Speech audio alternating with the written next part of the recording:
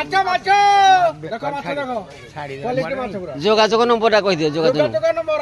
7735986082 তোর টগি মুই তো মাছ আর ওই ভাকুর চিংড়ি ইলিশি আছে ইলিশি নি হ্যাঁ ইলিশি মাছ বাগিটা খামো হ্যাঁ তাহলে হবে দিকে দেও দেও 10 কিলোটা হয় তো কিলো না ফুল নাই মাছ বলে করে মাছড়া ধরে ভাকুর দে মাছড়া না না রাখো না বটিয়ান ধরো এটা কথা এটা না দেখা হবে